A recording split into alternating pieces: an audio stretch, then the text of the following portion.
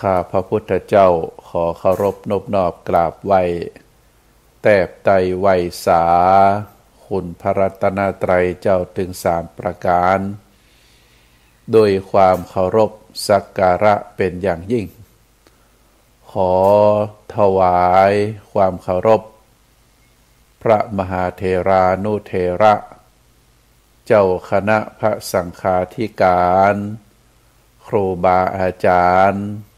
ตลอดถึงพระภิกษุหนุ่มสามเณรน้อยจุตนจุองค์ขอเจริญพรศรัทธาญาติโยม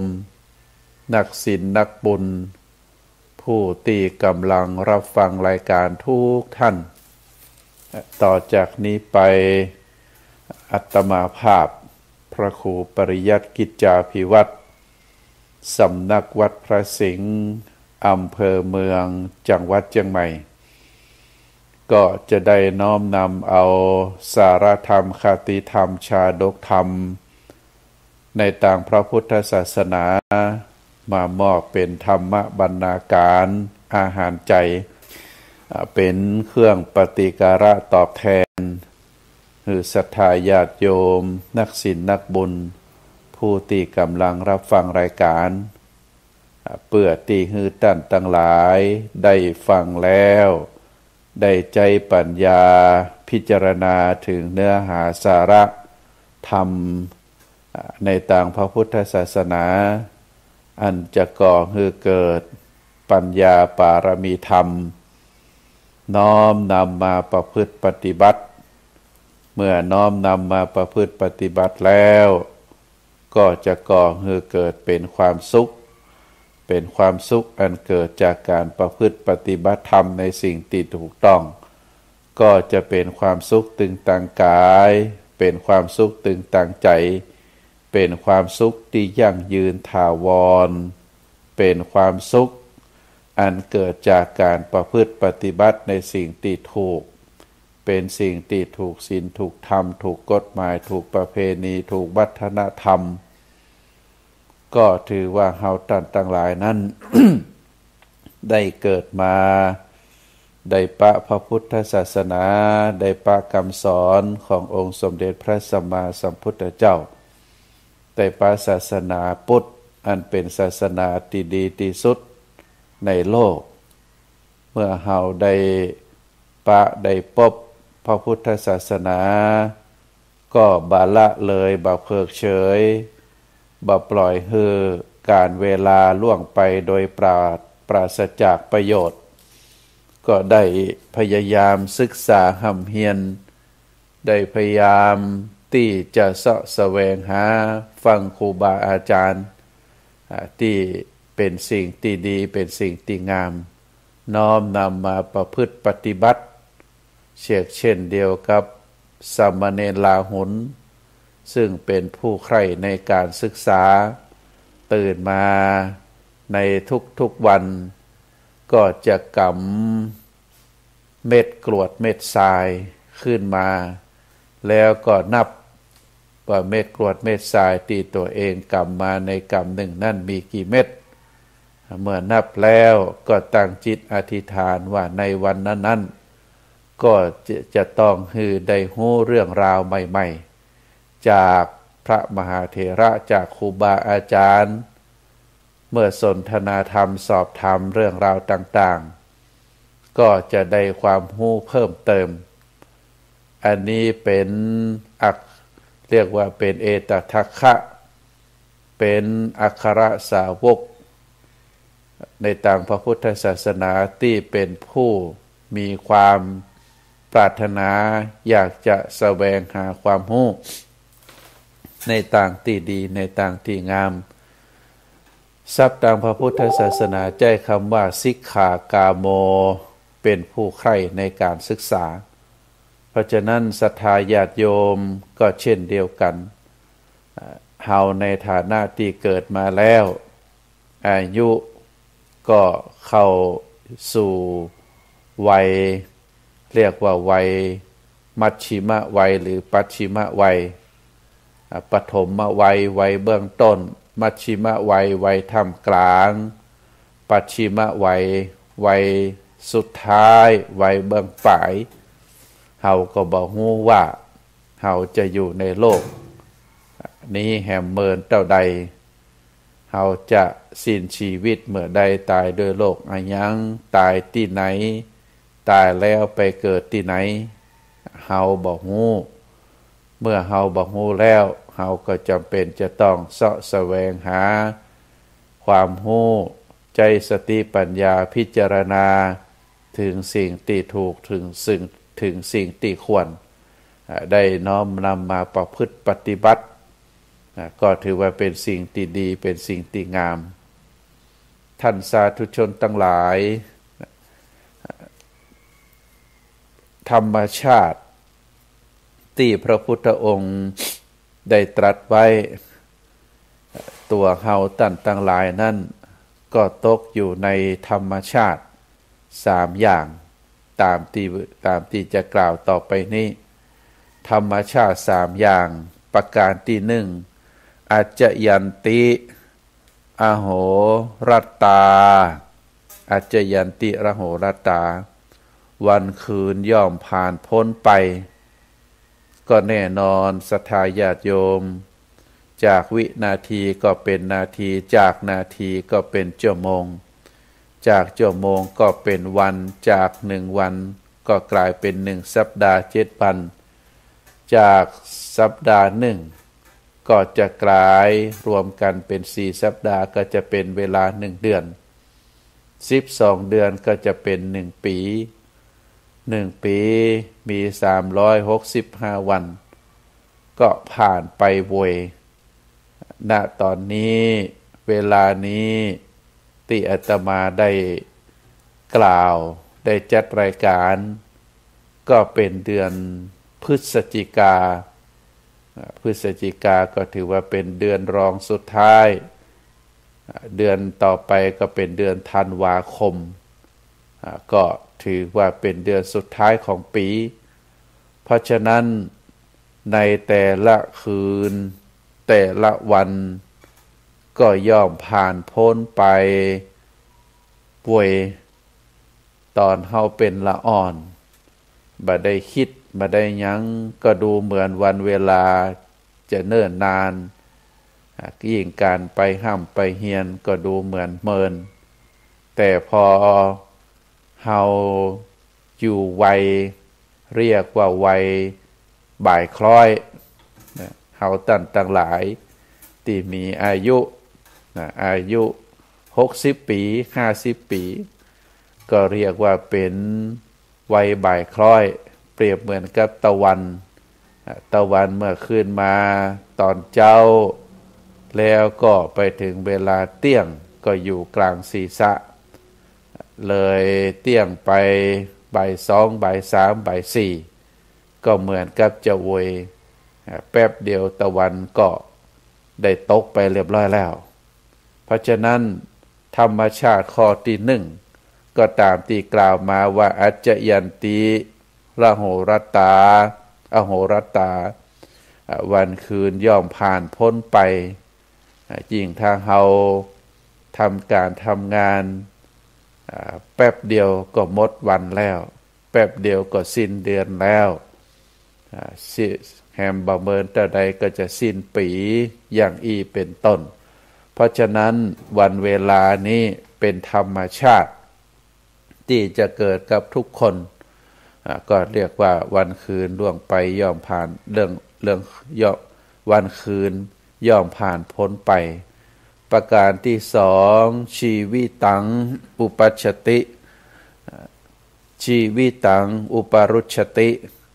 ชีวิตย่อมรุกร่นถอยไปชีวิตตังอุปารุชชติชีวิตย่อมรุกร่นถอยไปก็ตามที่กล่าวมาเมื่อวันคืนย่อมผ่านพ้นไปชีวิตของสรรพสัตว์ชีวิตของทุกคนทั้งผู้เทศผู้ฟังก็ย่อมรุกร่นไปรุกร่นถอยไปก็เป็นทัศนธรรมเฮาก็จะหันว่าทุกวันนี้ เฮาต่างหลายก็ตกอยู่ในวังวนมีการเกิดขึ้นในเบื้องต้นมีการแปรปรวนในท่ามกลางมีการดับสูญสลายไปในที่สุดก่อนที่เฮาจะดับสูญสลายจากโลกนี้ไปก็เป็นไปตามธรรมชาติอายุก็แก่ไปจากอายุวัยรุ่นปฐมจากอายุทารกก็กลายเป็นเด็กจากเด็กก็เป็นเยาวชนจากเยาวชนก็เป็นผู้ใหญ่จากผู้ใหญ่ก็เข้าสู่วัยชราก็เป็นลักษณะแบบนี้รุกร่นถอยไปถอยไปเพื่อที่จะเข้าถึงบทสุดท้ายของชีวิตก็คือการถึงแก่ความตายเป็นธรรมชาติข้อที่สองธรรมชาติข้อที่สามอายุขียติมัจจานังชีวิตของสัตว์ทั้งหลายย่อมสิ้นไปก็เป็นเรื่องธรรมชาติเมื่อสิ้นไปแต่ละวันแต่ละเดือนแต่ละปีก็หมดไปเพราะฉะนั้นธรรมชาติสามอย่างนี้ก็เป็นธรรมชาติที่เกิดขึ้นกับทุกคนบ่มีไผที่จะว่างเว้นได้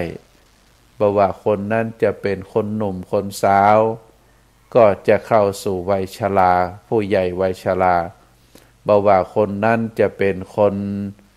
เรียกว่าเป็นคนเฒ่าหรือบัณฑิตบ่มีการยกเว้นคนสมาธิสั้นคนเรียนหนังสือบ่เก่งคนบ่รู้เรื่องคนบ่มีบ้านอยู่คนมีเป็นคนหนุ่มคนสาวเป็นเศรษฐีเป็นคนฉลาดเป็นผู้มีอันจะกินก็ทุกคนก็เข้าสู่วงเรียกว่าเข้าสู่วังวนก็คือการสิ้นไปของชีวิตชีวิตของอายุเพราะฉะนั้นท่านสาธุชนทั้งหลายเฮาก็จะหันว่าธรรมชาตินี้เป็นธรรมชาติที่ยุติธรรมบ่มีนอกบ่มีในก็คือทุกคนเป็นไปตามเหตุตามปัจจัยก็คืออยู่ในกฎเกณฑ์ธรรมชาติแต่ว่าใครจะตายจ้าตายเวยใครจะสิ้นอายุก่อน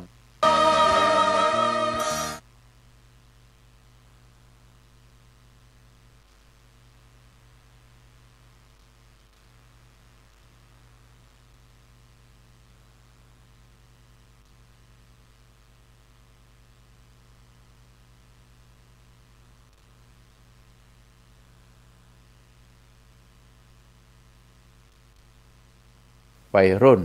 ปฐมจากอายุทารกก็กลายเป็นเด็กจากเด็กก็เป็นเยาวชนจากเยาวชนก็เป็นผู้ใหญ่จากผู้ใหญ่ก็เข้าสู่วัยชราก็เป็นลักษณะแบบนี้รุกร่นถอยไปเพื่อที่จะเข้าถึงบทสุดท้ายของชีวิตก็คือการถึงแก่ความตายเป็นธรรมชาติข้อที่สองธรรมชาติข้อที่สามอายุขียติมัจจานังชีวิตของสัตว์ทั้งหลายย่อมสิ้นไปก็เป็นเรื่องธรรมชาติเมื่อสิ้นไปแต่ละวันแต่ละเดือนแต่ละปีก็หมดไปเพราะฉะนั้นธรรมชาติสามอย่างนี้ก็เป็นธรรมชาติที่เกิดขึ้นกับทุกคนบ่มีไผที่จะว่างเว้นได้บ่ว่าคนนั้นจะเป็นคนหนุ่มคนสาวก็จะเข้าสู่วัยชราผู้ใหญ่วัยชราบ่ว่าคนนั้นจะเป็นคนเรียกว่าเป็นคนเฒ่าหรือบัณฑิตบ่มีการยกเว้นคนสมาธิสั้นคนเรียนหนังสือบ่เก่งคนบ่รู้เรื่องคนบ่มีบ้านอยู่คนมีเป็นคนหนุ่มคนสาวเป็นเศรษฐีเป็นคนฉลาดเป็น ผู้มีอันจะกินก็ทุกคนก็เข้าสู่วงเรียกว่าเข้าสู่วังวนก็คือการสิ้นไปของชีวิตชีวิตของอายุเพราะฉะนั้นท่านสาธุชนทั้งหลายเฮาก็จะหันว่าธรรมชาตินี้เป็นธรรมชาติที่ยุติธรรมบ่มีนอกบ่มีในก็คือทุกคนเป็นไปตามเหตุตามปัจจัยก็คืออยู่ในกฎเกณฑ์ธรรมชาติแต่ว่าใครจะตายจ้าตายเวยใครจะสิ้นอายุก่อนอายุหลังใครที่จะมีชีวิตอยู่โดยบาทุกข์ทรมานบาดเจ็บไข้ได้ป่วยมีร่างกายแข็งแรงตั้งแต่วันแรกจนถึงวันสุดท้ายหรือบางผู้บางคนก็เจ็บไข้ได้ป่วยออดแอดตั้งแต่เกิดมาจนถึงเข้าสู่วาระสุดท้ายของชีวิตบางผู้บางคนก็เกิดมาในความสะดวกสบายมีทรัพย์สินเงินทองที่จะใจสอยอำนวยความสะดวกคือประกอบคุณงามความดีคือมีชีวิตอยู่อย่างสะดวกสบายบางผู้บางคนก็อัตคัดขัดสนบ่สามารถที่จะดำรงชีพได้สะดวกสบายต้องเก็บหอมรอมริบต้องทำงานบางทีบางครั้งอายุแก่ชราแล้วก็ยังต้องทำงานงกเงินเพื่อที่จะให้ชีวิตเป็นไปตามธรรมชาติที่จะให้อยู่รอดปลอดภัยบางผู้บางคนก็อัตคัดขัดสนบ่มีบ้านที่จะอยู่บ่มีอู่ที่จะนอนบ่มีคนดูแลต้องช่วยเหลือตัวเก่าอย่างเป็นต้นทุกคนที่เป็นลักษณะแบบนี้บ่ว่าจะเป็นร่างกายแข็งแรงหรือเป็นร่างกายที่เต็มไปด้วยโรคภัยไข้เจ็บบ่ว่าจะเป็นมั่งมีสีสุขอยู่สมบูรณ์พูนสุขอัตคัดขัดสนหรือบางคนพิกลพิการบ่สามารถจะเดินจะเหินจะไปไหนได้บางผู้บางคนก็เป็นคนฉลาดล้ำลึกบางคนก็เป็นคนบ่ฮู้เรื่องบัดเต่าตันเหตุการณ์ต่างๆ ทั้งหมดทั้งมวลนี้ก็อยู่ที่เหตุที่ปัจจัยที่ตนเองกระทำบ่ว่ากระทำในโลกปัจจุบันหรือกระทำในเป็นบุพกรรมบุพเพกตปุญญาตาสิ่งที่ได้เคยกระทำมาก่อนซึ่งลักสัจธรรมลักกรรมที่พระพุทธองค์ได้ตรัสไว้สเตกัมมังวิภัชชติกัมมังสเตวิภัชชติเรียกว่ากรรมย่อมจำแนกสัตว์ทั้งหลายคือดีคือชั่วคือมั่งคือมีคือตุกคือยากคือมีเป็นคนร่างกายแข็งแรงหรือเป็นคนเสวยวิบากกรรมเป็นคนพิการก็เพราะว่ากรรมต่างนั้นกรรมที่เราได้เคยกระทำมาในอดีตชาติกรรมเคยมาได้กรรมที่เคยกระทำมาในตอนเป็นละอ่อนตอนเป็นวัยรุ่นเราก็จะหันความแตกต่างของแต่ละบุคคลพระพุทธองค์ได้ตรัสไว้ว่าคนไหนได้ทำเหตุแห่งความเจริญได้ทำเหตุความดีบุคคลนั้นก็จะมีความเจริญได้เป็นคนดีมีศักดิ์มีสีมีเกียรติยศมีชื่อเสียงเป็นที่เคารพเป็นที่ชื่นชมของคนทั้งหลายถ้าหากว่าบุคคลใดกระทำเหตุแห่งความเสื่อมบาได้กระทำเหตุแห่งความเสื่อมเป็นบาปเป็นอกุศลบุคคลนั้นก็จะเป็นคนที่ปราศจากความสุขในชีวิตมีแต่ความทุกข์มีแต่ความทรมานก็อยู่ที่การกระทำประวัติกระทำในอดีตหรือกระทำในปัจจุบันบุคคลที่เปิดมีร่างกายแข็งแรงเฮาก็จะหันว่าปราศจากโรคภัยไข้เจ็บมีอายุยืนยาว ก็เพราะว่าทำได้กระทำเหตุแห่งคนที่มีอายุยืนบางคนก็ได้สิ้นชีวิตเมื่ออายุยังน้อยก็เพราะว่าบุคคลนั้นได้ทำสาเหตุแห่งความเป็นคนที่มีอายุสั้นหรือบางคนเป็นคนที่มีชื่อเสียง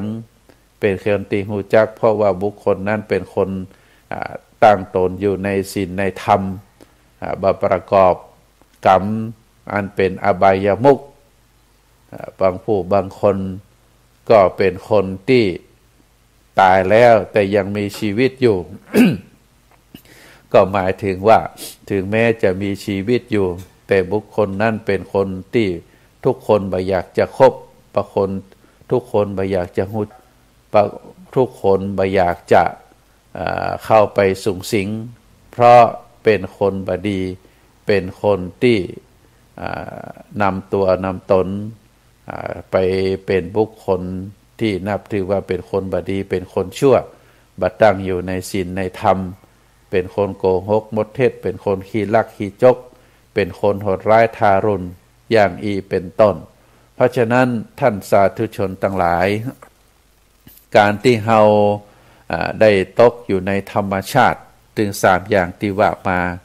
นะก็เพราะว่าเป็นธรรมชาติที่เกิดขึ้นกับทุกผู้ทุกคนสรรพสัตว์ทุกตัวทุกเหล่าก็จะจำเป็นจะต้องตกอยู่ในธรรมชาติที่ว่ามาอัจจยันติอโหรตาวันคืนย่อมผ่านพ้นไปชีวิตตังอุปรุชติชีวิตย่อมรุกร่นถอยไปอายุขียติมัจจานังชีวิตของสัตว์ทั้งหลายย่อมสั้นเพราะฉะนั้นในสิ่งต่างหลายเหล่านี้เฮาต่างหลายโดยเฉพาะในฐานะที่เป็นเจ้าของชีวิตเฮาก็จะต้องทำสาเหตุเพื่อที่จะให้ชีวิตนั้นยังดำรงคงอยู่คือเป็นไปตามธรรมชาติแล้วก็ช่วงชีวิตของเฮาที่มีอยู่นั้นเฮาก็จำเป็นจะต้องดูแลรักษาหูใจสติปัญญาพิจารณาเฮาหูแล้วว่าชีวิตของคนเฮานั้นสั้นคนเฮามีเหตุการณ์สำคัญที่เกิดขึ้นกับชีวิตของเฮาประการที่หนึ่งเฮาเรียกว่าชาตะก็คือการเกิดก็คือการได้เกิดขึ้นมาดูโลกใบนี้ได้ออกจากท้องแม่ก็ใช้เวลาบ่เมินส่วนเหตุการณ์อันที่สองก็คือการมรณะการตายก็คือการสิ้นชีวิตการสิ้นชีวิตการตายการมรณกรรมก็ใช้เวลาประเมิน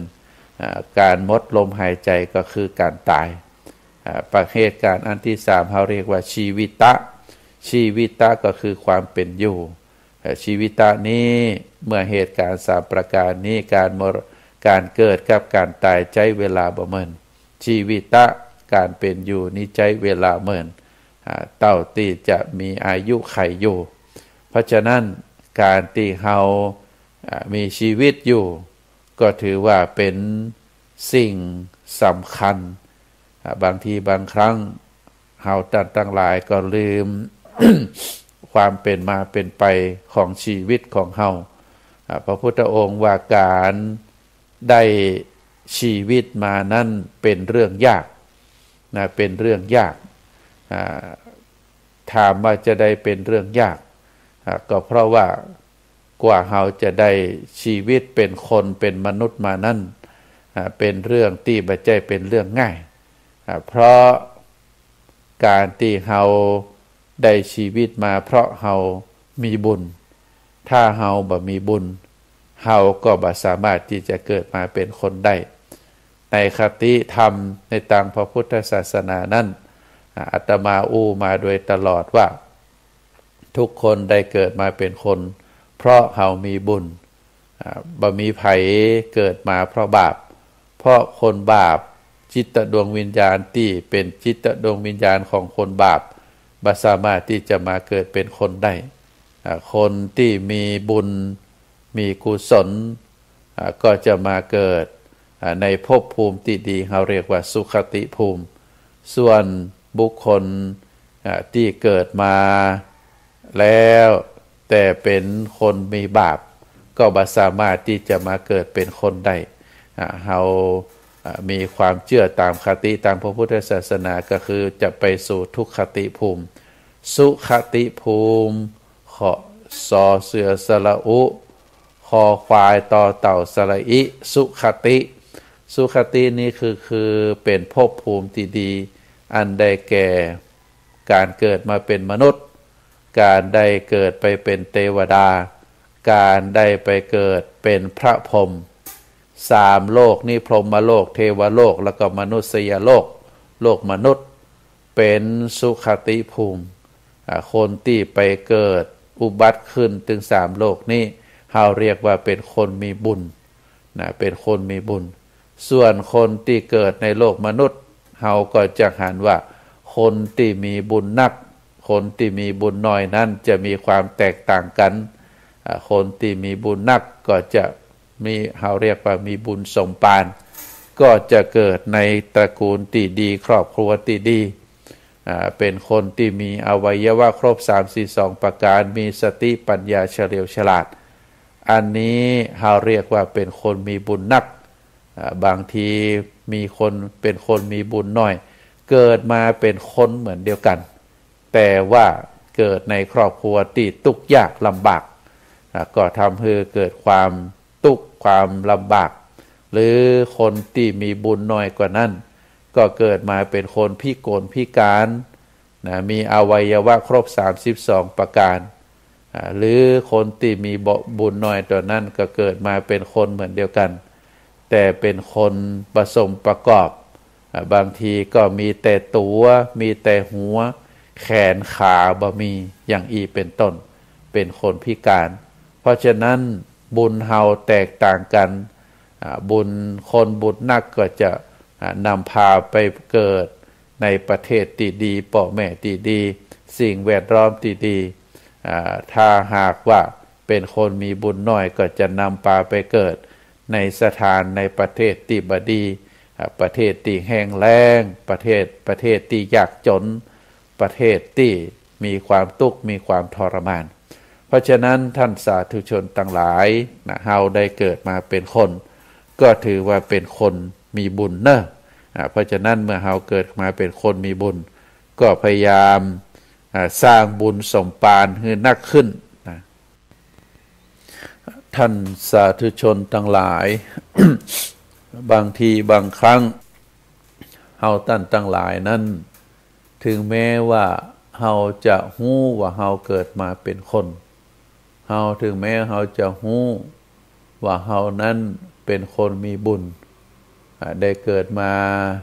มีอวัยวะครบ32ประการมีสติปัญญาเฉลียวฉลาดแต่ก็บางครั้งบางคราวในการเกิดมาของคนเฮานั้นทำให้คนเฮานั้นมัวเมาคำว่ามัวเมาก็คือหลงมัวเมาขาดสติขาดปัญญาพิจารณาถึง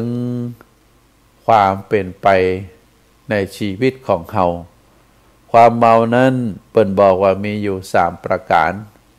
ประการที่1ก็คืออโรคยมัทธะเมาเพราะเข้าใจว่าเฮานั้นเป็นผู้ที่บ่มีโรคเป็นผู้ที่บ่มีโรคภัยไข้เจ็บบางทีเฮาก็ลืมบางทีก็ขาดกันเอาใจใส่ดูแลสุขภาพร่างกายนะบางคนก็เมายาการบางคนก็เมากินเมาแอวบางคนก็เมาสามีภรรยาเมาลูกเมาหลานจนขาดการดูแลตัวเองพอเมาไปนักเมาไปเมินเมาจนลืมตัวลืมตนปรากฏว่าอันนั้นก็มาแล้วนะโรคความดันก็มาแล้วโรคเบาหวานก็มาแล้ว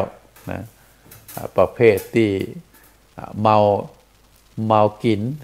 เมากินเมาแอว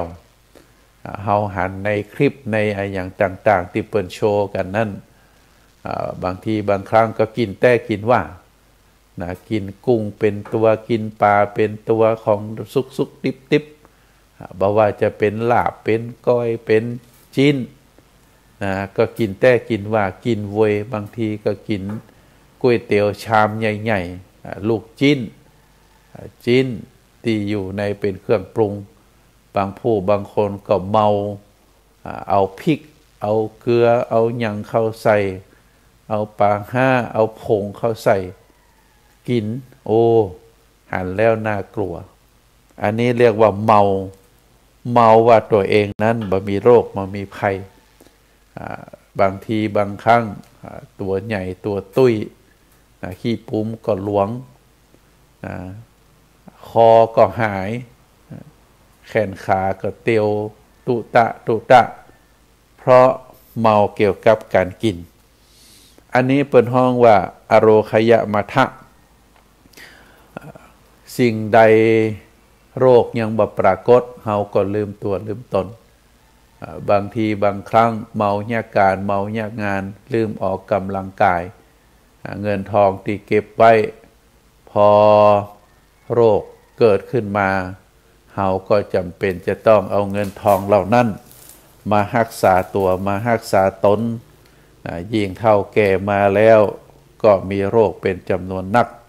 ก็ปรากฏขึ้นมาเพราะฉะนั้นท่านสาธุชนทั้งหลายความเมา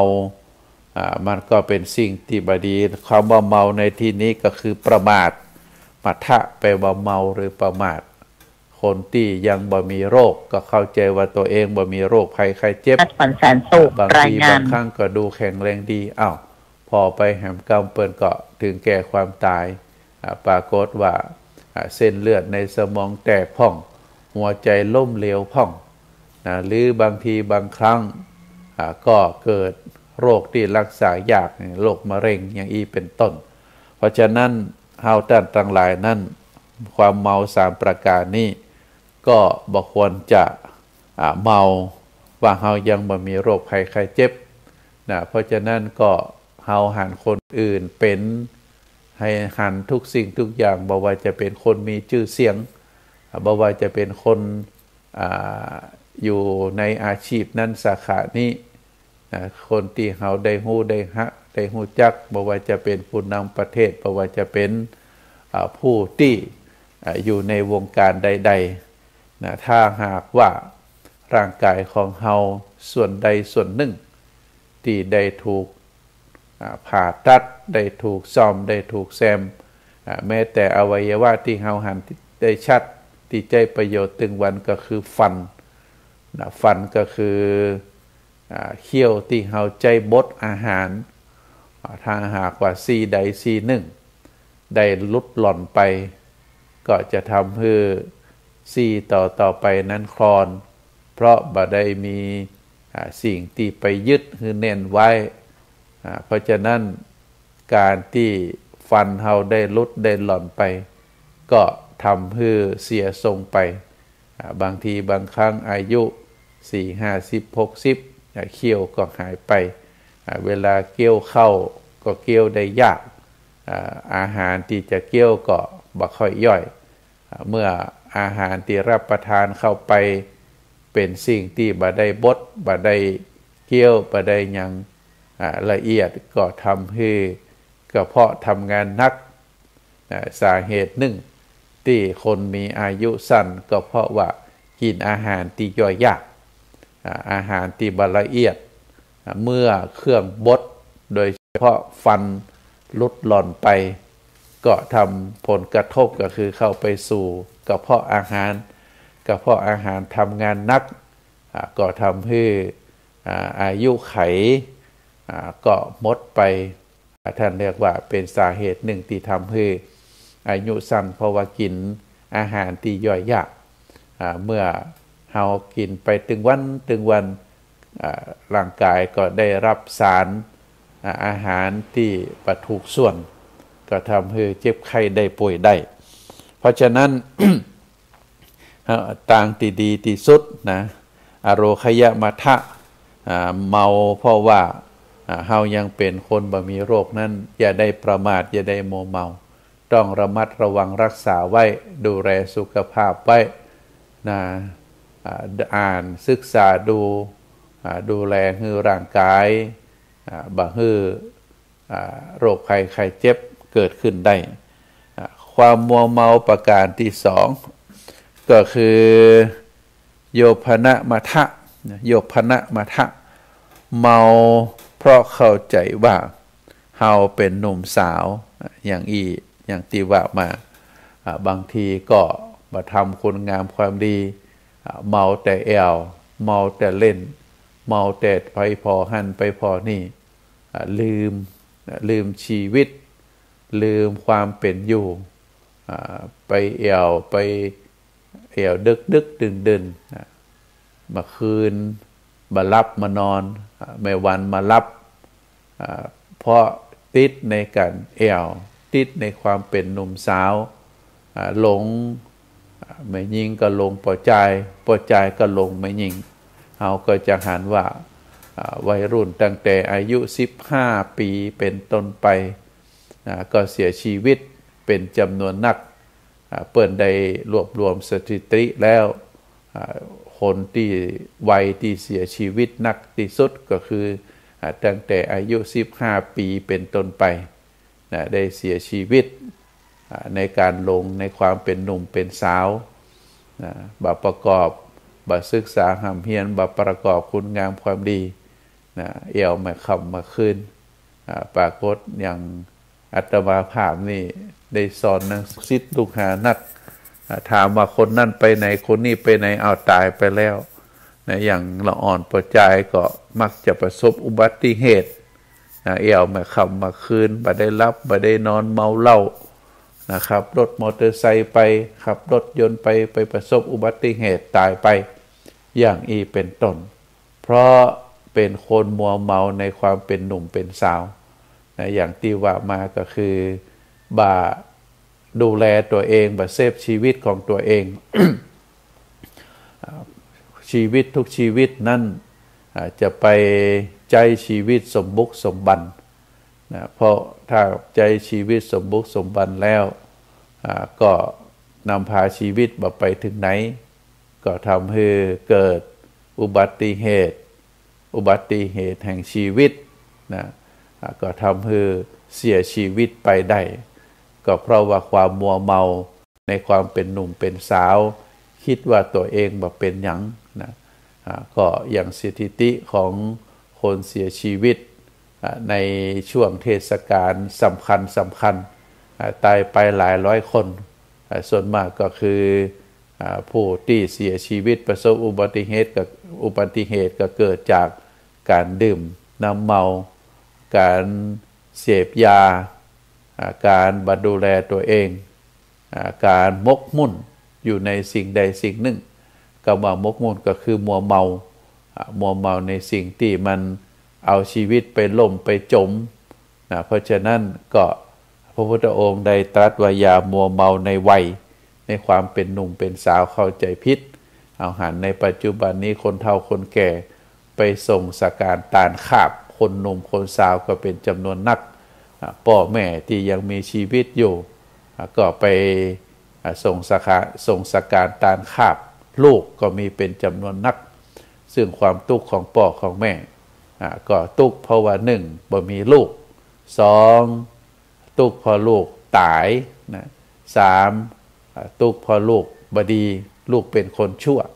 อันนี้เป็นความทุกข์บ่ใช่วันเดียวจะหมดสิ้นไปตราบใดที่ยังอยู่ด้วยกัน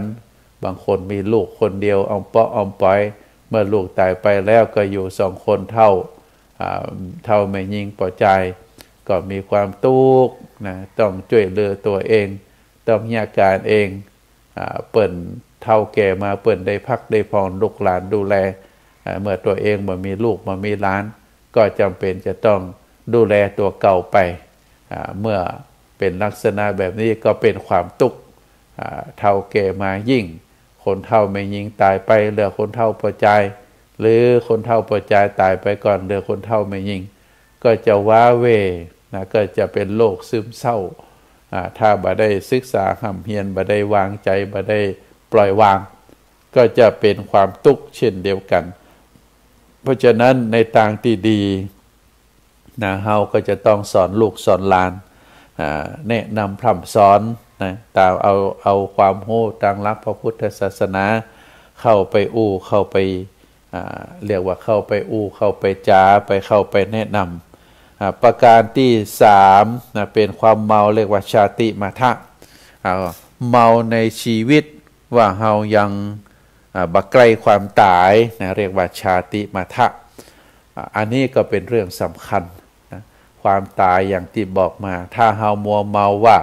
เฮาบ่มีโรคเฮาเป็นคนหนุ่มสาวเฮายังบ่ตายเป็นความเมาที่น่าสังเวชน่าจะบักเกิดขึ้นกับตัวเฮาเพราะเฮาทราบเป็นอย่างดีว่าความตายนั้นจะเกิดขึ้นกับเฮาเมื่อใดบ่มีไฟฮู้บ่มีนิมิตบ่มีเครื่องหมายว่าเฮาจะตายอายุเท่าใดเฮาจะเรียกว่าจะตายเมื่ออายุเท่าใดตายด้วยโรคอะไรยังตายในเวลาใดตายที่ไหนนะแล้วก็สิ่งที่วิตกกังวลว่าตายไปแล้วเฮาจะไปเกิดที่ไหนอันนี้บ่มีนิมิตบ่มีเครื่องหมายฮู้แต่ว่าเฮาสามารถที่จะประเมินได้จากชีวิตในปัจจุบันนะถามว่าเฮาจะมีอายุยืนยาวเท่าใดอันนี้ก็อยู่ที่ตัวบุคคลนั้นว่าจะดูแลชีวิตของตัวเองเป็นลักษณะแบบใดถ้าเฮาได้ประพฤติตนเป็นคนทำให้ชีวิตสั้นเฮาก็จะตายเวยถ้าเฮาประพฤติตนให้ชีวิตเฮานั้นดำรงคงตนให้มีชีวิตอายุยืนยาวก็จะเป็นสาเหตุหนึ่งที่ทำให้เฮานั้นมีอายุยืนยาวบ่เป็นคนมีอายุสั้นเพราะฉะนั้นก็สาเหตุที่มีอายุยืนยาวสาเหตุที่มีอายุสั้นก็จะมี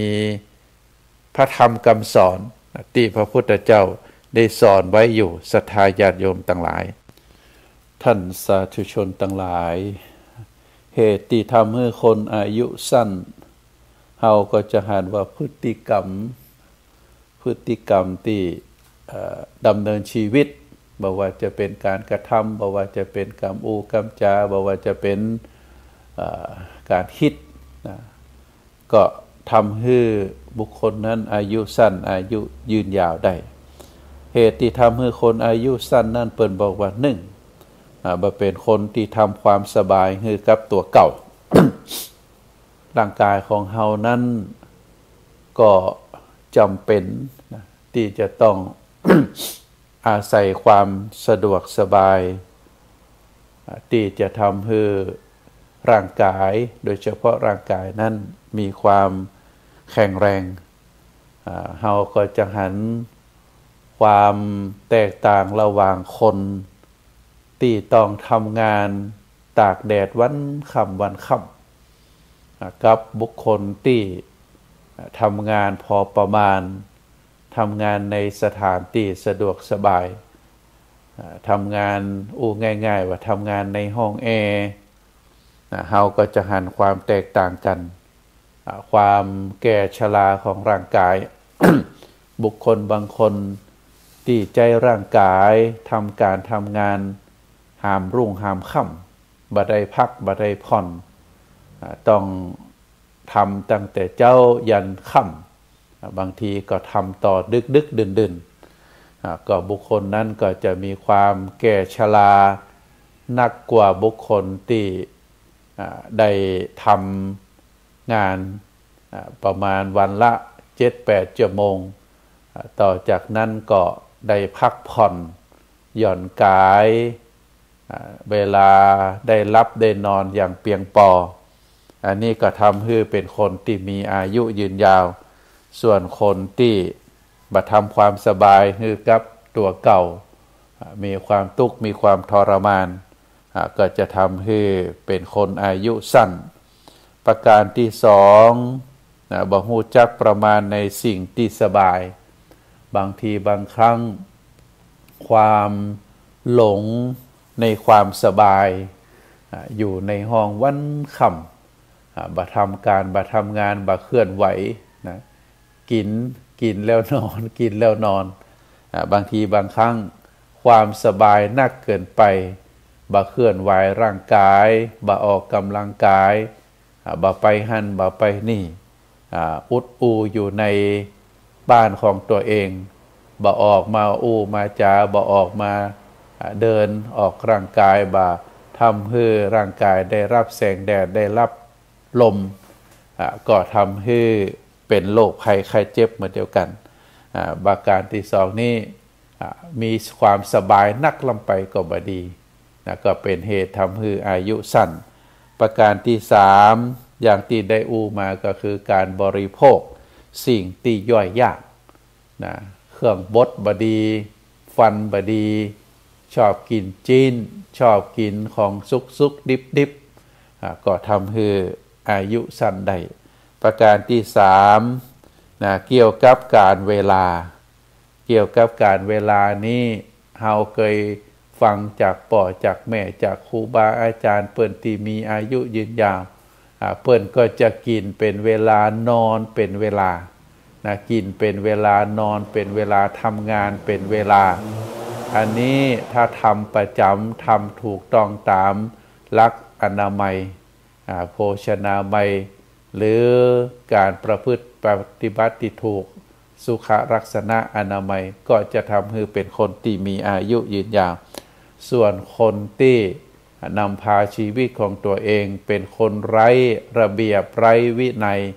ทำสิ่งที่บ่ถูกต้องตามกาลเวลาอย่างเช่นลักษณะการกิน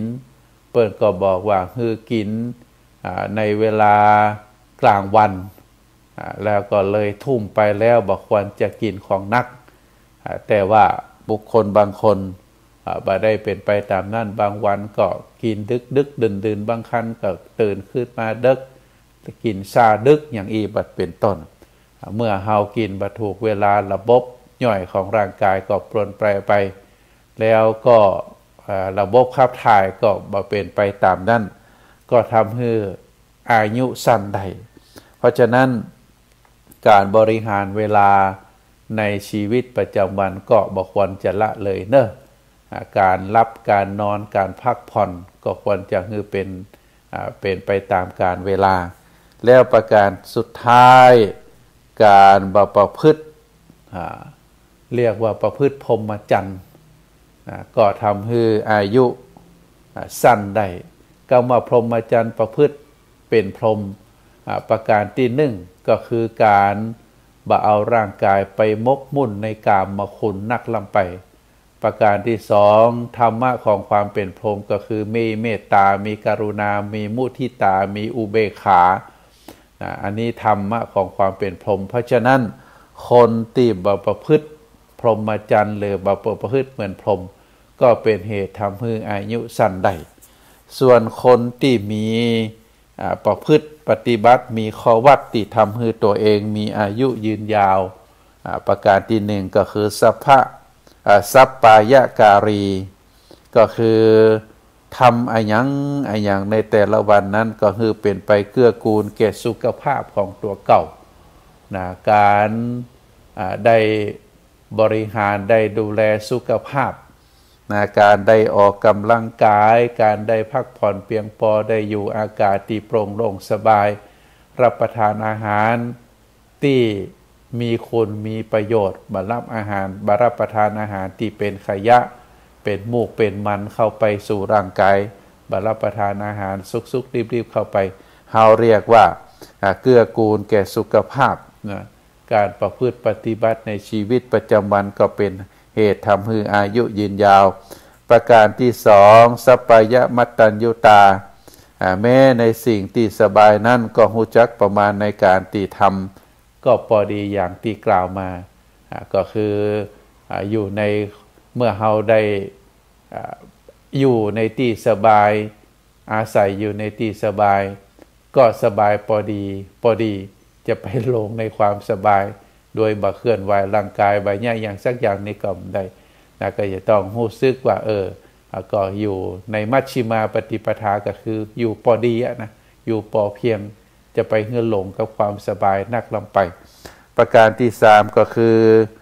ปารณตะโภชีก็คือบริโภคอาหารที่ย่อยง่ายนะก็คือเป็นพืชพันธุ์ธัญญาหารเป็นปลานะเป็นปลาเป็นไข่แล้วก็เป็นสิ่งที่คือกินหลากหลายบะกินเนื้อบะกินที่มันเป็นของย่อยยากบะกินในส่วนที่ทำให้เป็นของมักของดองอันนี้ก็จะทำให้ร่างกายแข็งแรงกาลจารีปฏิบัติตนให้เหมาะในเรื่องการเวลาฮู้จักจัดเวลา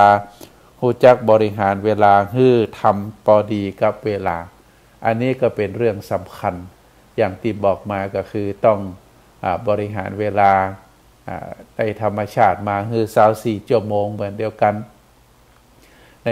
24ชั่วโมงนั้นเราก็แบ่งเป็น3ส่วนนะ38 24ทำงานคือเต็มที่ก็ใช้เวลาประมาณ8ชั่วโมงบ่ใจไปทำจนถึง16ชั่วโมงอย่างอีกก็ทำให้ชีวิตสั้นได้แล้วก็เวลาพักผ่อนนอนหลับตั้งแต่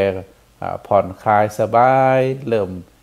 อยู่ความสะดวกสบายรับสนิทคือใจเวลาประมาณ8ชั่วโมง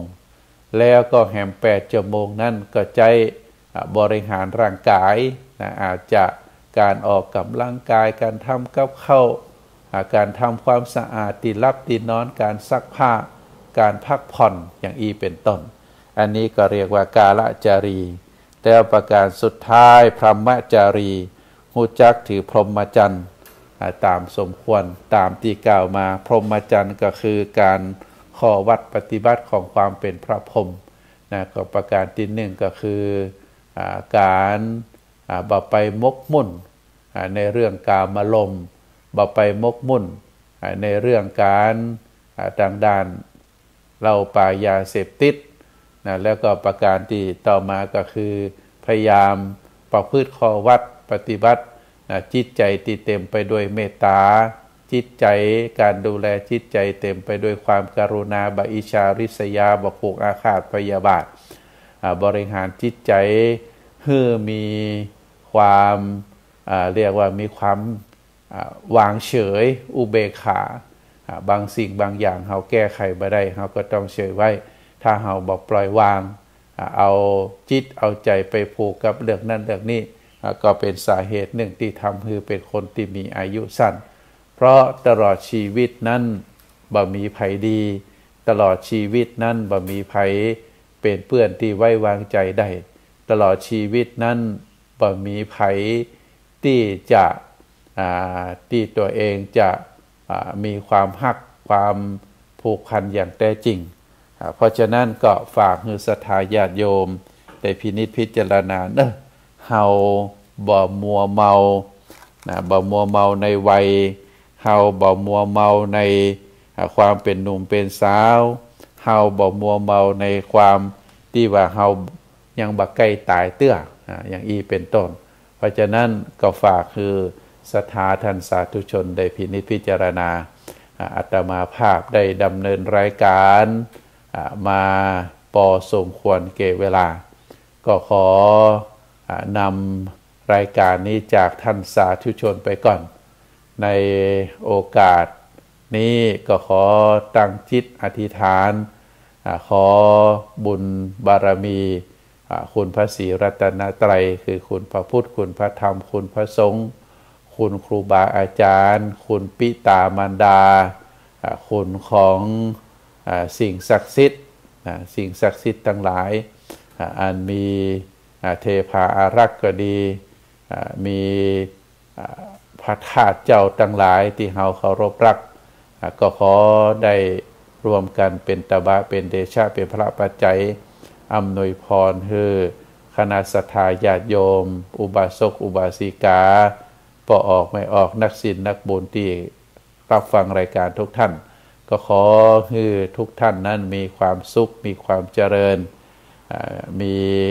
ปราศจากโรคาพยาธิบรรดาสัพพะเคราะห์สัพพะภัยสัพพะอันตรายทั้งหลายก็ขออย่าได้มากราดมาใกล้ ขอให้มีอายุวันนะสุขภละ